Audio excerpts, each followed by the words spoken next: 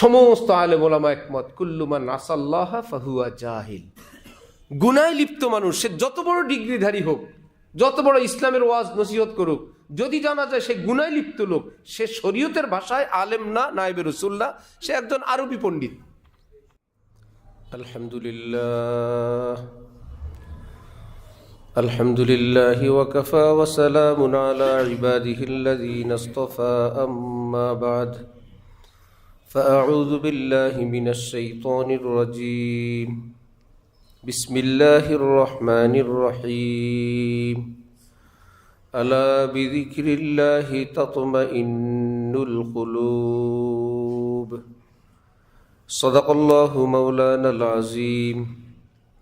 وقال رسول الله صلى الله تعالى عليه وسلم: ألا إن في الجسد مضغة إذا صلحت صلح الجسد كله وإذا فسدت فسد الجسد كله ألا وهي القلب، أو كما قال النبي عليه الصلاة والسلام। মোহতারাম মুসল্লিয়ানি কেরাম, আমি আল্লাহ পাক রব্বুল আলামিনের পবিত্র কালামের অংশ বিশেষ তিলাওয়াত করলাম এবং হযরত রাসূল করিম সাল্লাল্লাহু আলাইহি ওয়াসাল্লামের একখানা হাদিস শরীফ পাঠ করলাম। আল্লাহ পাক কোরআন শরীফ এবং হাদিস শরীফের কামিল হেদায়েত আমাদের সকলকে দান করেন। কোরআনে পাক এবং হাদিসে পাকের সহি বুঝ, সহি ইলম এর দ্বারা আমাদের জীবনকে সুন্দর করার, আলোকিত করার তৌফিক দান করেন।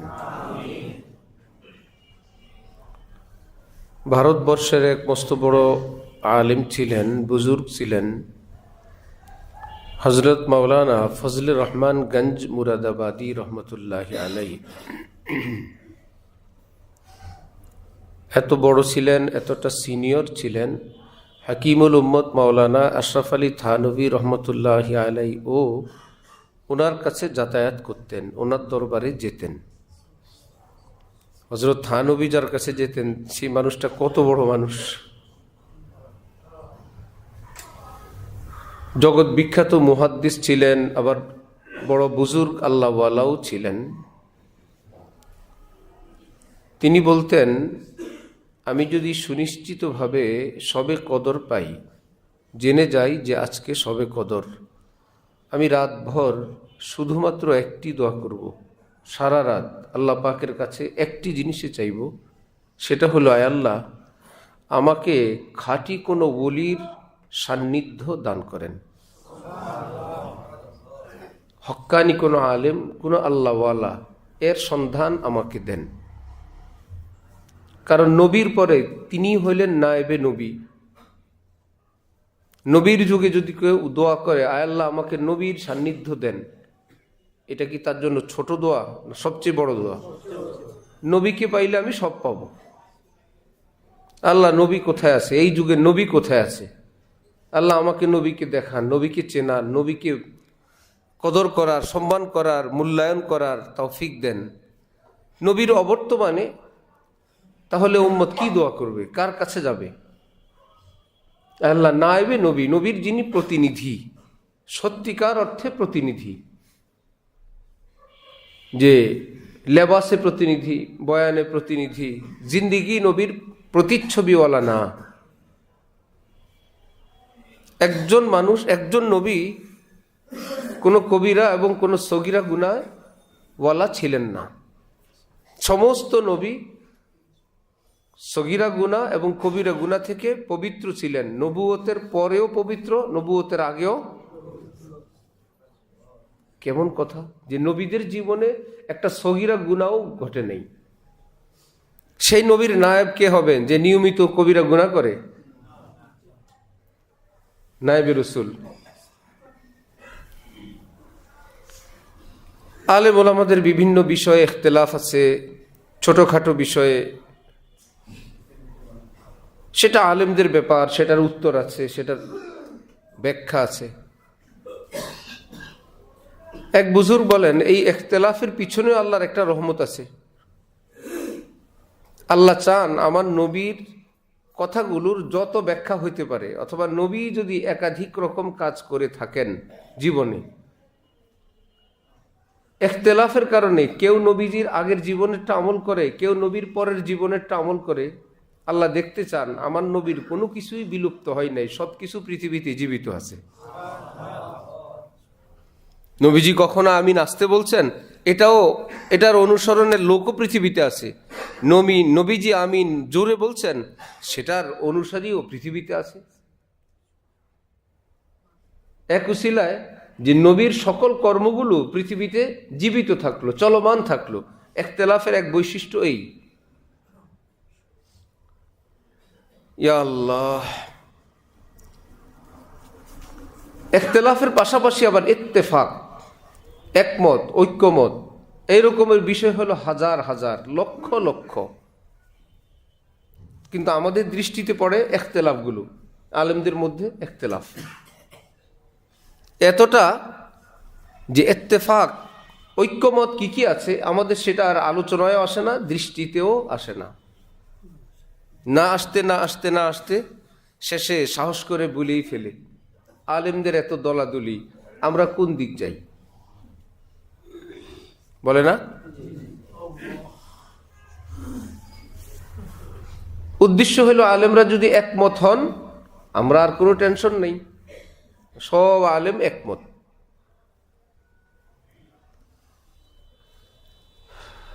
হযরত থানবী রহমতুল্লাহ আলাইহির যুগে কোনো এক বিষয়ে হযরত আন্দোলনে যান না,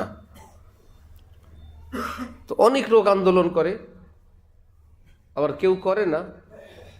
কেউ এসে হযরত থানবীকে বললেন, अगर आप खड़े हो जाएंगे तो पूरी हिंदुस्तान आपके साथ खड़े हो जाएंगे। আপনি যদি আন্দোলনে অংশগ্রহণ করেন, দাঁড়ায় যান, পুরা হিন্দুস্তান আপনার সাথে দাঁড়ায় যাবে। হযরত থানবী বললেন, বাত সোচ কে কহিয়ে, চিন্তা ফিকির করে কথা বলেন। বিলকুল यही है হযরত। একবার, দুইবার, তিনবার বলার পর हजरत थानवी बोलें, अगर बात ऐसा ही है, जब मैं बैठा हूं पूरी हिंदुस्तान मेरे साथ बैठता क्यों नहीं? আমি দাঁড়াইলে সবাই দাঁড়ায় যাবে, আমার এতটা ভক্ত, তা আমি যখন বসা আছি সবাই বসে না কেন? অনেকে তো আমারে বসা রেখে নিজেরাই দাঁড়ায় গেছে। আপনি বললেন পুরা হিন্দুস্তান আমার কথায় চলে, আমি দাঁড়াইলে সবাই দাঁড়াবে, তা আমি যখন দাঁড়াই নাই, বসে আছি, সবাই বসে না কেন? বুঝা গেল এগুলো মতলবের খবর। অনেক মানুষ বলে আলেমরা যদি একমত হয় আমরা আলেমদের সাথে আছি এবং আমরা তখন মানবো, আমাদের আর কোনো ঝামেলা থাকবে না। এই লোক মনে করছে এই কথা বলে সে পার পেয়ে যাবে। আচ্ছা বলেন তো, পুরো পৃথিবীর আলেমদের মতে নামাজ কয় ওয়াক্ত? নফল না ফরজ? এই ব্যাপারে কি আলেমদের দলাদলি আছে না একমত? আপনারা বলছেন আলেমরা একমত হইলে আপনি আমল করবেন। আলেমদের দলাদলির কারণে আপনি একটু ঝামেলার মধ্যে আছেন। আলেমরা যদি এক হয়ে যায় আপনি আর কোনো টেনশন নাই, আলেমরা যা বলবে আপনি তাই করবেন, কারণ এই বিষয়ে আর কোনো দলাদলি নাই। আপনি যে ভাই নামাজ 5 ওয়াক্ত না 3 ওয়াক্ত, আমি এটা নিয়েই ঠিক করতে পারি না, কোনো হুজুর বলে 3, কেউ বলে 5, আমি কোনটা পড়বো এই জন্য আমি শুরু করি নাই, এরকম কোনো ঝামেলা আছে? পৃথিবীর সকল আলেমদের কাছে নামাজ 5 ওয়াক্ত নফল, ফরজ। আচ্ছা, তো আলেম একমত হইলে আমল করেন, বিসমিল্লাহ।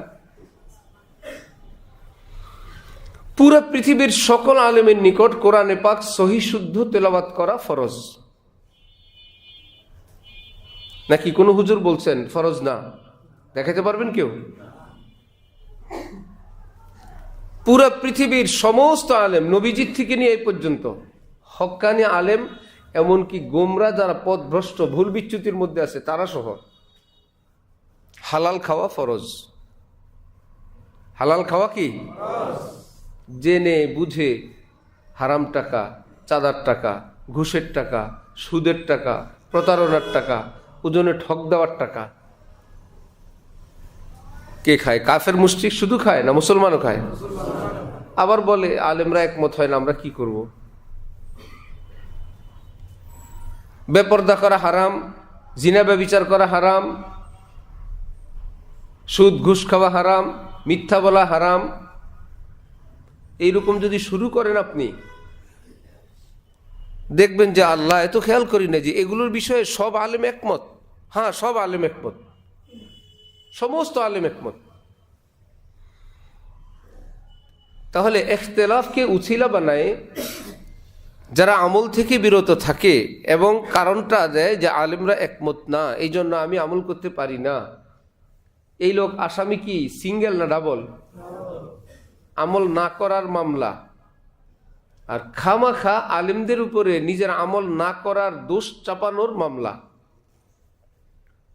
আমল করে না এক মামলা, নিজে আমল না করার মামলাটা চাপাইলো কার উপর? আলেমদের উপরে, আরেক মামলা। অথচ ডাবল মামলা খাওয়া লোক সে মনে করতেছে সে একটা মামলাও নাই, সে নির্দোষ, আমি আমল করি না, হুজুরদের দোষী। বহু বছর আগে এক বুজুর্গ তখন এই ইখতিলাফ নিয়ে বয়ান করলেন, আর নামাজ তো পড়বো, আমি নাচতে বলবো না জোরে বলবো, এই জন্যই তো পড়ি না। নামাজ তো ফরজ জানি, কিন্তু কোনো হুজুর বলে আমি নাচতে, কোনো হুজুর বলে আমিন জোরে, কেউ বলে ইমামের পিছনে ফাতিহা পড়তে হবে, কেউ বলে পড়তে হবে না, কেউ বলে পা ফাঁকা করে দাঁড়াও, কেউ বলে একটু কাছাকাছি দাঁড়াও, কেউ বলে নাভির নিচে বাঁধো, কেউ বলে নাভির উপরে বাঁধো, আমি তো এই জন্য পড়ি না। ভালো। তো আলেম বললেন, কারো বাবা বাহির থেকে এসে খুব তৃষ্ণা লাগছে, বললেন যে বাবারা, ছেলেরা আমাকে একটু কিছু দাও, আমার পিপাসা লাগছে। খুব বেশি পিপাসা বাবার, ছেলেরা যে যেদিক পারে ছোটাছুটি আরম্ভ। কেউ পানি নিয়ে আসছেন, একজনে শরবত নিয়ে আসছেন, একজনের ডাবের পানি নিয়ে আসছেন, আরেকজনে দুধ নিয়ে আসছেন। ডাব, পানি, শরবত, দুধ। যে আপাতত বাবার গলা ভিজানো দরকার, একজনের পাশে একটা ড্রেন ছিল, ড্রেনের থেকে একটু পানি নিয়ে আসছে। আর হালাল হারাম পরে, বাবারে বাঁচাও, গলা ভিজাও। এবার সবাই পানি নিয়ে হাজির। বাবা এখন চুপ, যে তোমরা যারা আমাকে, যে খারাপ খাওয়াইতে চায় সে তো খারাপ, ড্রেনের পানি নিয়ে আসছে, তোমরা যারা আমাকে ভালো হালাল পবিত্র জিনিস খাওয়াবা, তোমাদের মধ্যে এত দলাদলি কেন?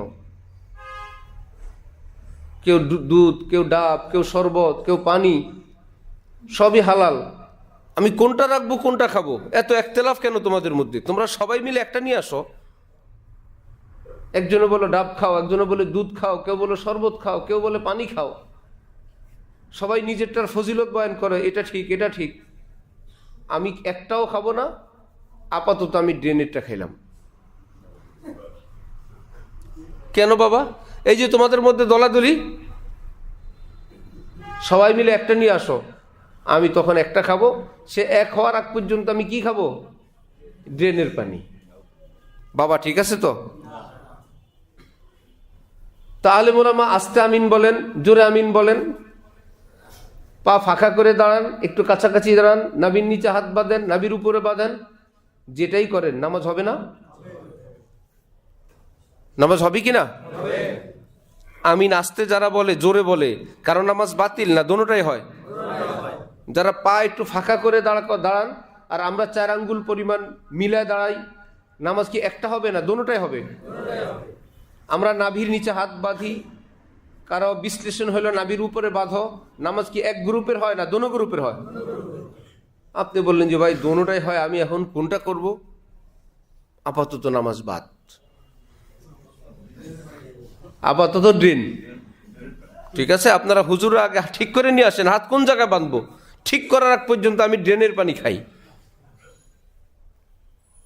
আরে ভাই আপনি একটা পড়েন, একটা দুধ খাইলেও তৃষ্ণা মিটবে, পানি খাইলেও মিটবে, শরবত খাইলেও মিটবে, ডাব খাইলেও মিটবে, প্রত্যেকটার নামে আসবে আপনি হালাল খাবার গ্রহণ করলেন, হালাল পানীয় দ্বারা আপনি আপনার তৃষ্ণা মিটাইলেন, 19-20 হবে।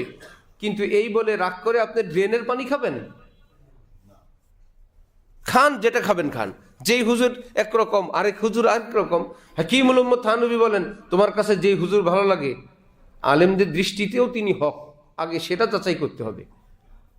আলেমদের দৃষ্টিতে তিনি কি হক, তোমার দৃষ্টিতে না, তোমার তো দৃষ্টি নাই, তোমার আবার দৃষ্টি কিসের? ভাই, কোন রোগীর হার্টের ব্লক আছে কিনা এটা কি আমরা জুমার পরে মশওয়ারা করে ঠিক করব? যে আমরা সবাই বসি, সব কাজ মশওয়ারা করে করা সুন্নত। বলেন তো ওনার কয়টা ব্লক হইতে পারে?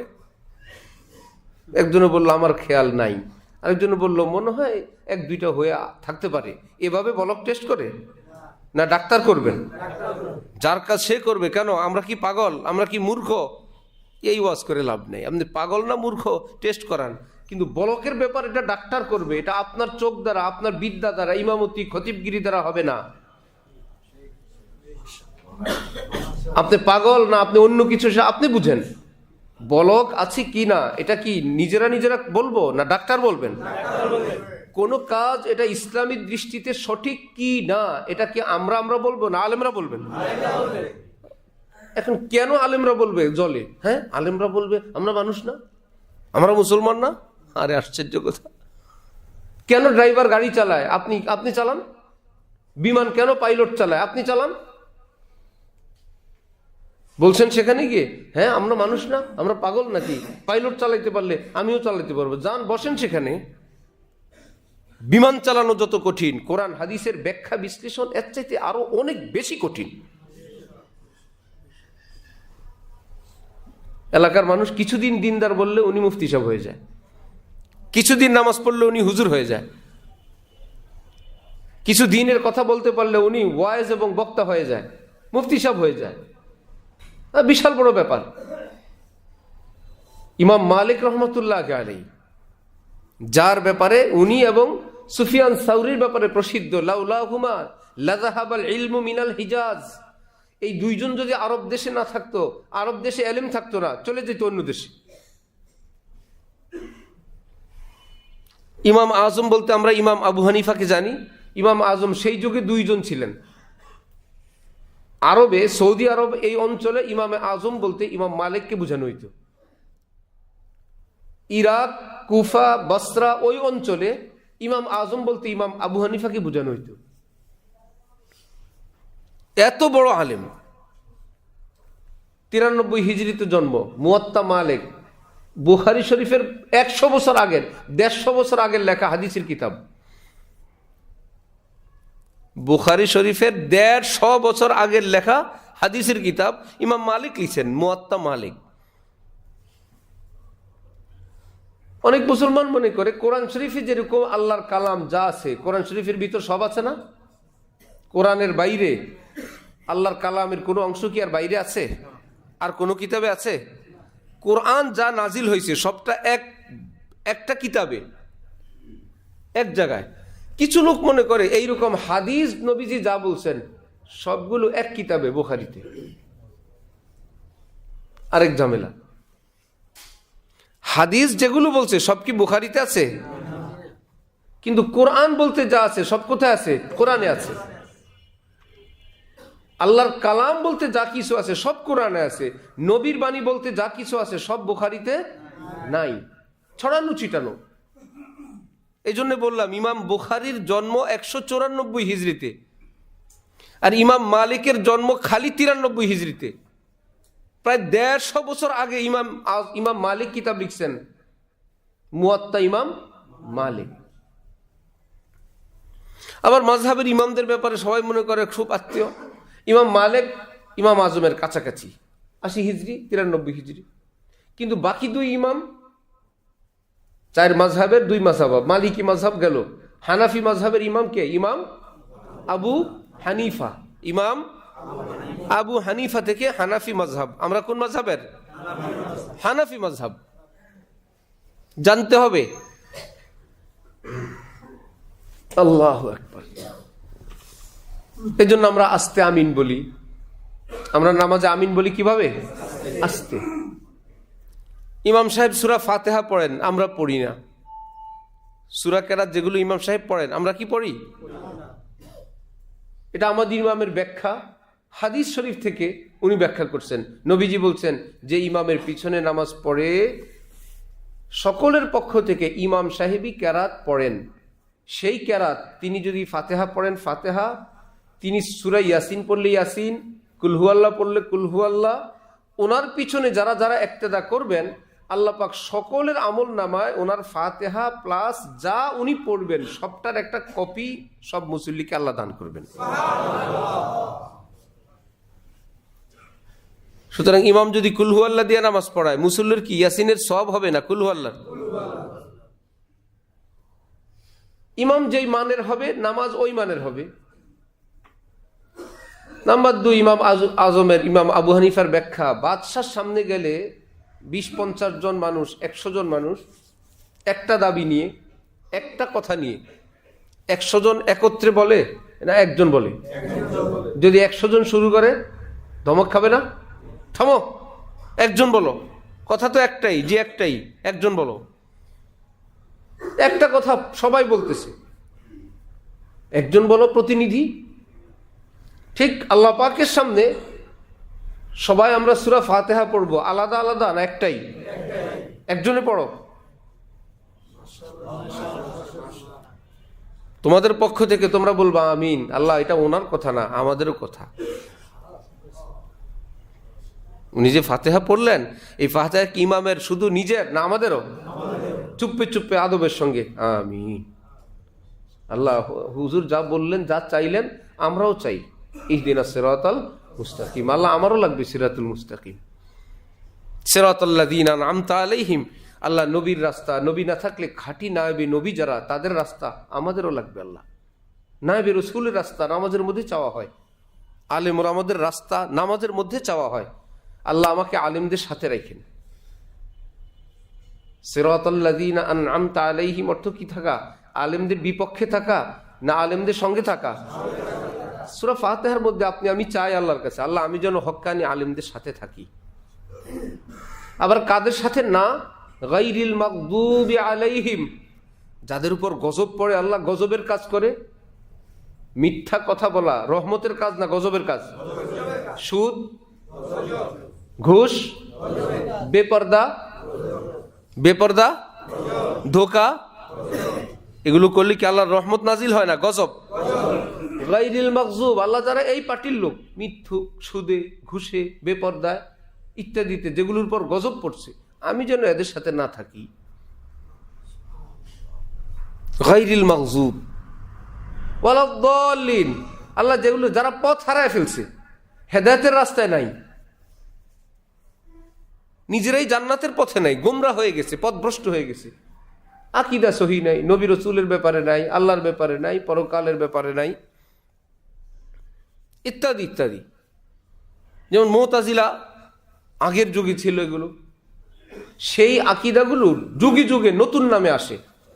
এই জন্য আলেমরা ওটা পড়ে রেডি থাকেন, আসিস কোন নামে আসবি। মাদ্রাসায় মাদ্রাসায় যত দিক আছে, সেনাবাহিনী যত ট্রেনিং দিয়ে বসে থাকি, ডেলি কি লাগে? সেনাবাহিনীর পুরা ট্রেনিং কি ডেলি লাগে? মাসে মাসে লাগে? বছরে বছরে লাগে? কেন ট্রেনিং দেন তাহলে? বল ট্রেনিং দিয়ে রেডি আছে, আসিস কোন দিক দিয়ে আসবি।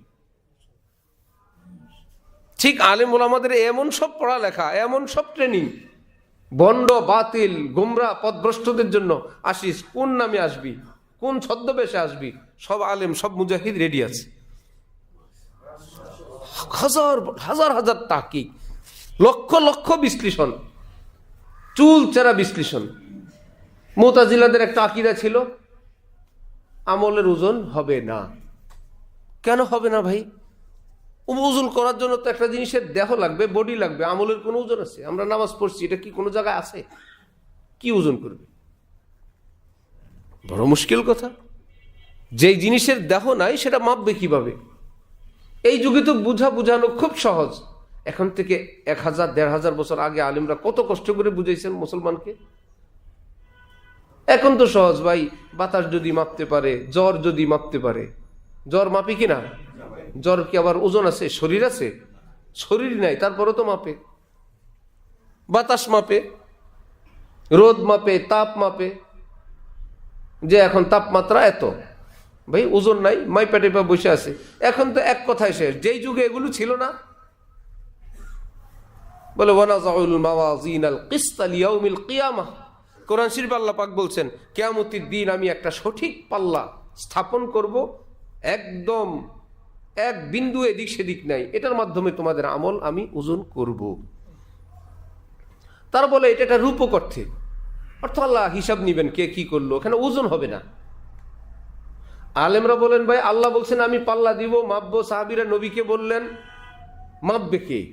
আবার নবীজি বলছেন ওই পাল্লার একটা ধরার জায়গা আছে। সুবহানাল্লাহ। আগের যুগের ডান্ডার মধ্যখানে ধরার একটা জায়গা থাকতো না? নবীজি ব্যাখ্যা করে বলেন ওই ধরারও জায়গা আছে। সাহাবীরা বললেন তাহলে ধরবে কে, মাপবে কে? বললেন জিবরিল আলাইহিস সালাম, জিব্রাইল মাপবেন। সাহাবীরা বললেন তাহলে যেই পাল্লার মধ্যে গোল কি বলে এটাকে, টুকরি বাটি ধরনের যেটা থাকে দুই পাশে দুইটা, এটার সাইজ কেমন ইয়া রাসূলুল্লাহ, কত বড়?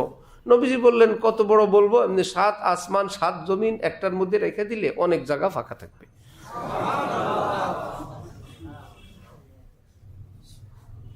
কি মুশকিল! এখানে আবার আছে মাওয়াজিন। আল্লাহ পাক বলছেন আমি অনেকগুলো পাল্লা স্থাপন করব। কি মুশকিল! অনেকগুলো পাল্লা, তাহলে অনেকগুলো পাল্লা, জিবরিল আমিন একজন, এত পাল্লা মাপবে কেমনি? তাহলে কি ভালো আমলের জন্য একটা পাল্লা, খারাপের জন্য একটা পাল্লা, নামাজের জন্য একটা, রোজার জন্য একটা, এইভাবে অনেকগুলো পাল্লা? মুসলমানগঞ্জ একটা, কাফেরের জন্য একটা, নাকি প্রত্যেকের জন্য একটা? আল্লাহ যে বললেন অনেকগুলো পাল্লা আমি স্থাপন করব। আলেমরা বলেন না, হাদিস শরীফ আছে পাল্লা একটা। আল্লাহ বলেন অনেকগুলো, নবী বলেন কয়টা? ওর কোরআন শরীফে আল্লাহ পাক বলেন আনজালনা ইলাইকা যিকরা লিতুবাইয়িনা লিন-নাস, আমি আপনার উপর কোরআন নাজিল করলাম ব্যাখ্যা করে আপনি বুঝিয়ে দিয়েন। কোরআন ব্যাখ্যা করে কে বুঝিয়ে দিবেন? রাসূলুল্লাহ। আল্লাহ পাক বলেন আমি আপনাকে ডিউটি দিলাম, আপনি বুঝায় বলবেন। সেই নবী আল্লাহ বলেন পাল্লা অনেকগুলো, নবী বলেন পাল্লা কয়টা? এটা ব্যাখ্যা হইল? বলে হ্যাঁ এটাই ব্যাখ্যা, পাল্লা হবে একটাই। তা আল্লাহ পাক যে বলছেন মাওয়াজিন, বলে এত বড় সাইজ যেটা লক্ষ কোটি পাল্লা একত্রে করলেও এত হয় না। সাইজ বড় হওয়ার কারণে এবং বড় যে সাইজ ওটা বোঝানোর জন্য আল্লাহ বলছেন এটাকে বহু বচন শব্দ ব্যবহার করে বলছেন অনেকগুলো পাল্লা। আসলে পাল্লা অনেকগুলো না, অনেকগুলোর সমান একটা পাল্লা, অনেকগুলোর সমান একটা। ওই অনেকগুলোর সমান এটা বোঝানোর জন্য মাওয়াজিন শব্দ আল্লাহ বলছেন, নবীজি বুঝেছেন যে আসলে পাল্লা অনেকগুলো না, পাল্লা একটা। কিন্তু 7 আসমান রেখে দিলেও জায়গা খালি থাকবে, তাহলে এটা কি একটা বলা যায়? এই জন্য আল্লাহ মাওয়াজিন বলছেন, আমার বুঝাই বলতে বলছেন সংখ্যা একটা, সাইজে বড়। দেখছেন, এতেও বোঝা যায় কি ওজন মাপা হবে না? মুতাজিলা বলে হবে না, বড় মুশকিল। আমাদের কিছু ভদ্র মানুষরা আছে বিতিরের নামাজ 1 রাকাত, আছে না? তো আমি সুন্দর করে এদের জন্য মেডিসিন রাখছি, বললাম এমনি আলাদা কোনোদিন বিতির সংক্রান্ত আলোচনা, এমনি রাকাত সংক্রান্ত কোনো আলোচনা না উঠে এমনি জিজ্ঞেস করবেন। হাদিস শরীফে তো আছে বিতিরের প্রথম রাকাতে সাব্বিহিসমা রাব্বিকাল আলা। হুজুর দ্বিতীয় রাকাতে না কি হুজুর? উনি বলবেন আরে মেয়েটাও জানে না কুল ইয়া আইয়ুহাল কাফিরুন। হুজুর তৃতীয় রাকাতে কি আছে হাদিসে? কুল হু আল্লাহ, মিয়া কিচ্ছু বুঝো না। ও তাহলে প্রথম রাকাতে সাব্বিহিসমা রাব্বিকাল আলা, দ্বিতীয় রাকাতে কুল ইয়া আইয়ুহাল, তৃতীয় রাকাতে কুল হু আল্লাহ। হুজুর এগুলো কোন জায়গায় আছে? হাদিসে আছে, হাদিসে। আজকের দিন থাক, একটু রেকর্ড করে রেখে দিন। এমনি আরেক দিন আবার আরেক ফাঁকে জিজ্ঞেস করেন হুজুর বিতিরের নামাজ কয় রাকাত? 1 রাকাত। কয় রাকাত? এর আগে বলছিল 3 রাকাতে, হিসাব দিল কোন রাকাতে কোন সূরা পড়বে, ওই হিসাবও দিল। আবার আলাদা যখন জিজ্ঞেস করেন, কারণ এটা ওনাদের দলীয় সিদ্ধান্ত, বিতিরের নামাজ 1 রাকাত শরীয়তের সিদ্ধান্ত না দলীয় সিদ্ধান্ত? দলীয় সিদ্ধান্ত। প্যাচ লাগছে হলো হাদিসের একটা শব্দ নিয়ে। হাদিসে আছে সাহাবী বলেন যে নবীজি 1 রাকাতের মাধ্যমে বিতির করলেন, এই লাগছে প্যাচ। 1 রাকাতের মাধ্যমে বিতির করলেন। বিতির অর্থ কি? জোড় না বেজোড়? বিতির শব্দের অর্থই বেজোড়। তো অর্থ হইল 1 রাকাতের মাধ্যমে নবীজি নামাজ বেজোড় করলেন। এই 1 রাকাতের আগে নামাজ ছিল কয় রাকাত? 2। তো সেটা কি বেজোড় না জোড়? যদি জোড়ের সঙ্গে আরেকটা জোড় লাগায় আবারও জোড়। তো সেই 2কে বেজোড় বানানোর জন্য কয় রাকাত দরকার? তো হাদিসে নবী বলেন ছিল জোড় নামাজ 2 রাকাত, এর সঙ্গে আরো 1 রাকাত যোগ দিয়ে 1 রাকাতের মাধ্যমে বিতির করলেন। 1 রাকাত মিলায়ে বিতির করলেন। এটা কি 1 রাকাত পড়লেন না 1-এর মাধ্যমে বেজোড় বানাইলেন? ওই ভদ্রলোকরা বলে বিতির 1 রাকাত, যেহেতু 1 কথা আসছে। আল্লাহ হেফাজত করেন। অনেক দূরে চলে গেছি না? আল্লাহ তো আমল ওজন করা হবে, একটু বলে দিয়ে ফাঁক দিয়ে কি ওজন করা হবে? বলে যেমনি আল্লাহ জ্বর মাপে মানুষে, আল্লাহ আমল মাপবেন ওইভাবে, তাপমাত্রা মাপো। এই কোন মুহাদ্দিসিনগণ বলেন না, যে আমল নামার কাগজে লিখবে ওই কাগজগুলো মাপবেন। এটাও পুরোপুরি হয় না। আমরা আগে জানতাম হাটহাজারী মাদ্রাসায় দুষ্টামি, এত ছাত্র পরীক্ষা দিছে, হুজুর খাতা দেখবেন কেমনি? তো কোন হুজুর নাকি মজা করে বলছে ছাত্র করে, দেখ তো কয় পৃষ্ঠা লিখছে, পৃষ্ঠা গনে। হুজুর 30 পৃষ্ঠা। দে দো সালে को 80 লাগা দো। দে 80 লাগা দে, এত পৃষ্ঠা লিখছে। তো পৃষ্ঠা দেখা লাগবো না ভিতরে কি লিখছে, সঠিক না বেঠিক? তো খালি কাগজ গুনলে তো হবে যে কি আছে না আছে, কাগজের মাপ। তো এক গ্রুপ বললে না, আমল নামা যে কাগজটার মধ্যে লিখবে কাগজগুলো মাপবে। হক্কানি আলেমরা বলে কাগজ মাপবে না, আল্লাহ বলছেন আমল মাপবে। অন্য আলেমরা বলে ভাই কেমনে ব্যাখ্যা করা যায়? আল্লাহ পাক প্রত্যেকটা আমলের একটা দেহ দিবেন, একটা বডি দিবেন, নামাজের একটা আকৃতি দিবেন, রোজার একটা আকৃতি দিবেন, দিয়ে দিয়ে মাপবেন। হক্কানি আলেমরা বলে এত টেনশন কেন করেন? ওই যে তখন থার্মোমিটার নামে নাই, এই ব্যাখ্যা নামে নাই, কেমনে মাপবে ওটা বোঝানোর জন্য একবার কাগজ মাপায় আরেকবার দেহ মাপায়। এখনকার তো আলেম ওলামারা বলেন হইছে, সেই হক্কানি আলেমরা তখনই বলছেন স্বয়ং এই আমল, এই নামাজি আল্লাহ মাপবেন, কেমনে মাপবেন এটা আল্লাহ জানেন। এখন তো ক্লিয়ার হয়ে গেছে, ক্লিয়ার হয়েছে না? রোদ মাপা যায়, বাতাস মাপা যায়, জ্বর মাপা যায়, একটারও বডি নাই, দেহ নাই। পৃথিবীর মানুষ যদি মাখলুক হয়ে এগুলো মাপতে পারেন, আল্লাহ খালেক, তিনি বলেন আমি তোদের আমলও মাপতে পারবো, তোমরা করো মাপবো আমি। আল্লাহু আকবার। হক্কানি আলেম। তাহলে আলেমদের ইখতিলাফ হওয়ার কারণে আমরা আগে এইটুকুন জানবো আলেমদের দৃষ্টিতে হক্কানি কারা কারা। এর মধ্যে একজন পাবেন উনি কালো পাগড়ি পরেন, আরেকজন পাবেন উনি সাদা পাগড়ি পরেন। এই নিয়ে আপনার মাথা খারাপ দরকার নেই, আপনার যেই পাগড়ি ভালো লাগে পরেন। এক হুজুর পাবেন একদম মাশাআল্লাহ অল্প একটু ইফতার খায় মসজিদে বসে থাকে। আল্লাহ, কত বড় আল্লাহর ওলি। আজান দেওয়ার সাথে সাথে রোজার দিন একখান খেজুর একটু পানি খেয়ে মাশাআল্লাহ মসজিদে এসে বসে রয়েছে উনি নামাজের জন্য। আরেক বুজুর্গের পাবেন ডার্সে খাইতেছে মাশাআল্লাহ। এখন কি করবেন? আলেমরা বলে দোনোজনই হক। আলেমরা বলছেন কি একজন হক না উভয় হক? এবার আপনি কাকে মানবেন? আপনার যারে ভালো লাগে। আপনি খেজুর খেয়ে মসজিদে বসে থাকতে ভালো লাগলে এই হুজুরের সঙ্গে যোগ দেন। আর যদি বলে আমি এত অল্প খেয়ে নামাজ পড়তে রাজি না, আর একটু বেশি টেশি খাইতে চাই, তো যে হুজুর ডার্সে খায় ওনার সঙ্গে যোগ দেন। নাকি কেউ গোমরা পথভ্রষ্ট? বিখ্যাত আলিম বাংলাদেশের, উনি মাগরিবের নামাজ একটু আগে আগে পড়ার পরামর্শ দেন। ওনার এক ভক্ত আমারে জিজ্ঞেস করছেন হুজুর আমরা কি করব? আমি বললাম আপনি কোন হুজুরের সাথে সম্পর্ক রাখেন? আপনার হুজুর যেটা করেন আপনি সেটা করবেন, সমস্যা কি? আপনার হজরত যেহেতু আর নামাজ আগে আগে পড়ার পরামর্শ দেন, আগে পড়ে পরে খান বসে বসে। আপনি যেহেতু মেনেই নিছেন ওই হুজুরকে, মানেন ওনাকে, কি করবেন আবার কি? হ্যাঁ, আপনি যদি হজরত আশরাফ আলী থানভী আর হজরত শেখুল হাদিস জাকারিয়া সাহেব রহমতুল্লাহি আলাইহি দুইজন দুই মেরুর, দোনোজন দেওবন্দি, দোনোজন হানাফি, দোনোজন সুন্নি, দোনোজন পৃথিবী বিখ্যাত আলেম। শেখুল হাদিস জাকারিয়া সাহেব রহমতুল্লাহি আলাইহি ছিলেন অল্প খাওয়ার পার্টি।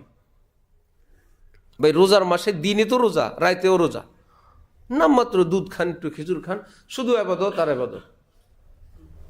হযরত থানভী বলেন আল্লাহ কি রাত রোজা রাখতে দিছে? রোজা রাখতে দিছি কি রাত্রে না দিনে? দিনই তো রাখছি, রাতে কিসের রোজা? খাও ভাই মাশাআল্লাহ, রাত্রে রোজা টোজা রাখি না আমরা। এখন ভক্তরা সাধারণ লোকেরা বলে হযরত অমুক হযরত খায় না, আমরা খাই। বলে ওনারা না খায়া আল্লাহকে পাইতে চায়, আমরা খাওয়া দাওয়া করে আল্লাহকে পাইতে চাই। এটা কি দুজন কি এক বানায় দিতে পারবো আমরা? আপনার যার ভালো লাগে। এক বুজুর্গ গাল বার করে থাকে, এ বছর 6 মাসও হাসে না। কবরের চিন্তা আর কবরের চিন্তা। বাসর ঘরে গিয়ে কি করছিলেন? বউর কাছে গিয়ে হাসর মাঠের ওয়াজ করছেন? কবরের চিন্তা বলছিলেন? ওখানে কবরের চিন্তার কথা বলা জায়েজ না গুনাহ? বউ বলবে এত বড় বুজুর্গ হইলে তুমি তবলিগেই থাকতা, এদিকে আইসো কেন? বলবে না? চিল্লা যেতে গা, এখানে আসছো স্বামী হিসাবে আসো, সর্বোচ্চ প্রেমিক হওয়ার তুমি নিজের অবস্থান জানো, ফুল নিয়ে আসো, আংটি নিয়ে আসো, খোশ গল্প করো, এখানে কিয়ামতের মাঠের ওয়াজ শুরু করছে। তখন বুজুর্গ আছেন বেচারা, ওনার একটা তবিয়ত, ওনার স্বভাব। আরেক বুজুর্গ আছেন হাসি খুশি থাকেন, গুনাহ করেন না, তাকওয়ার সাথে থাকেন। তোমার যার ভালো লাগে, আলেমরা বলে দুজনই হক। আলেমরা বলছেন না, দুজনই হক্কানি বুজুর্গ, তোমার গাল ভার পাটি ভাল লাগলে ওখানে যা গাল ভার করে তালা দিয়ে বসে থাকো। আর যদি বলো না আমি একটু হাসি খুশির মানুষ, আমি একটু ফ্রি মাইন্ড, হ্যাঁ গুনাহ থেকে বাঁচতে রাজি আছি, কিন্তু একটু ভালো খাইতে চাই, একটু হাসি খুশি থাকতে চাই, যাও সেই গ্রুপে। সুবহানাল্লাহ। হযরত ওয়ালা করাচি রহমতুল্লাহি আলাইহি নতুন খানকা করছেন এক এরিয়ায়, খুব স্পেশাল, সুবিশাল। তো মজা করে হযরত বললেন যে ভাই, যারা একটু হাসতে খেলতে পারে, আনন্দ ফুর্তি পারে, বন্ধু বান্ধবের সঙ্গে ভদ্রতা বজায় চলতে পারে, ভালো পরিষ্কার পরিচ্ছন্ন সুন্নত মোতাবেক জিন্দিগি যাপন করতে অভ্যস্ত, এবং আল্লাহর নেয়ামত যদি আল্লাহ দেন, পোলাও, কোরমা, বিরিয়ানি, কাবাব এবং মুরগির রান চাবানোর জন্য প্রস্তুত, তোমাদেরকে ওয়েলকাম, আমার এই খানকা আসবা। আর যে পুরান রুটি খাওয়া পছন্দ করো, গাল ভার পছন্দ করো, অপরিচ্ছন্ন পছন্দ করো, আল্লাহর রাস্তে এদিকে আইসো না, তুমি আরেক দিকে যাও। উদ্দেশ্য আমি একরকম, তুমি আরেক রকম, তুমি বৈশা বৈশা খেলবো, বা আমার হুজুরের এই কাজটা ঠিক হয়নি, এই জামাটা পরা ঠিক হয়নি, আরেক পিস মুরগি নেওয়া ঠিক হয় নাই, ফিলিস্তিনি মানুষে খাইতে পায় না, উনি 2 পিস গোস্ত খাইছে। হ্যাঁ, তুমি বৈশা বৈশা ফতোয়া দিবা তোমার হজরতের বিরুদ্ধে, হুজুরের বিরুদ্ধে, উপকার হবে না, ক্ষতি হবে। তোমার এইরকম কোন শুকনা পাটি যেখানে আছে ওখানে যাও। হ্যাঁ, আগে জেনে নিতে হবে আলেমরা উভয়কে হক বলেন কিনা, এই টেস্ট করতে হবে। আমরা আমিন আসতে বলছিলাম না, আর অন্যরা কিভাবে বলেন? জোরে বলেন। নামাজ কি এক গ্রুপের হয় না উভয় গ্রুপের? উভয় গ্রুপ। তো আমি যেটা বলবো, কিন্তু অন্যদেরকে শ্রদ্ধা করতে হবে। আবার এই শ্রদ্ধা করতে করতে বন্ড, বেদাতি, বেনামাজি, ল্যাংটা পীর, ওই বেটার আবার শ্রদ্ধা করা যাবে না, যে হযরত বলছেন সবাইকে শ্রদ্ধা করতে।